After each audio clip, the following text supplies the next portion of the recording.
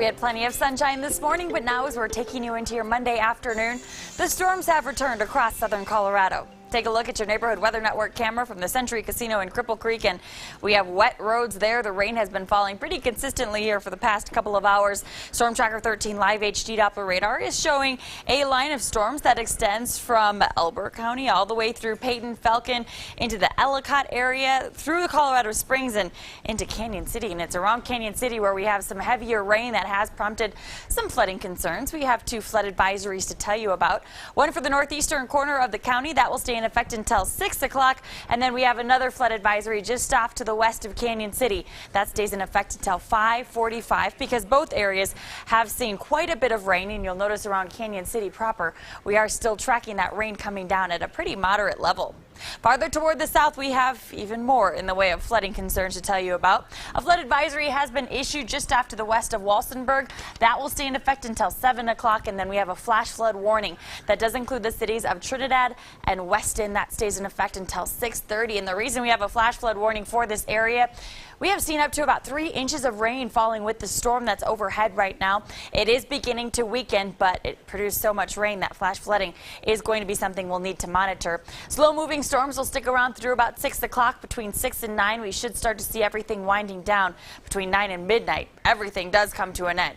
We'll have partly cloudy to mostly cloudy skies overnight tonight. 50s and 60s expected to start you off tomorrow morning.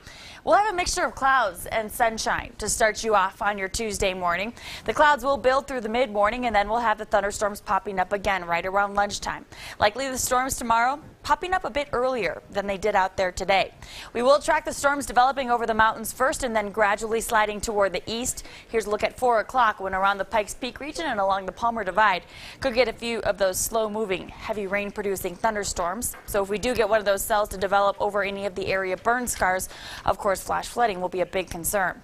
Similar to today, we'll keep the storms around through the early parts of the evening, but then as we head toward 9 o'clock, the majority of the showers should come to an end. We will have the potential, though, to get some rain in areas that do still need it pretty badly, out across the plains where we still have areas of extreme to exceptional drought. High temperatures tomorrow are going to be warm again. 80s down the interstate.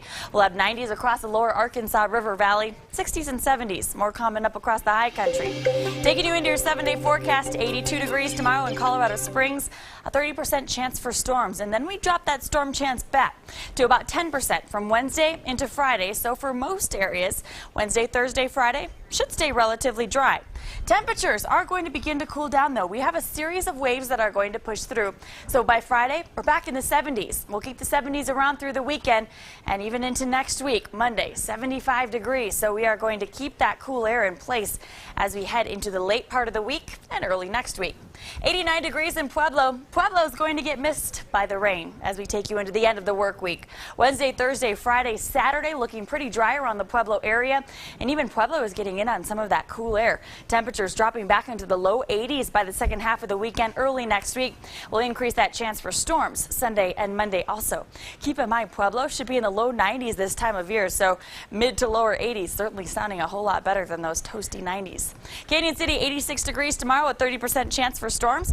We had 88 tomorrow. We'll keep it dry in Canyon City through Saturday as well. And then temperatures will begin to drop off. 79 degrees on Saturday, Sunday 76, and then Monday we'll have temperatures sticking around the 70s, a 20% chance for storms expected to start you off on the work week next week. In Teller County, this is going to be one of those locations where we just can't get completely rid of that storm chance through the afternoons, and it will be over the mountains where we'll have the best chance of seeing storms here over the next week. So tomorrow, a 40% chance for a soggy afternoon. Again, we'll be monitoring those burn scars as well as conditions on Highway 24 closely tomorrow afternoon, as we are doing out there today. 20% chance for storms Wednesday, should be a bit drier come Thursday.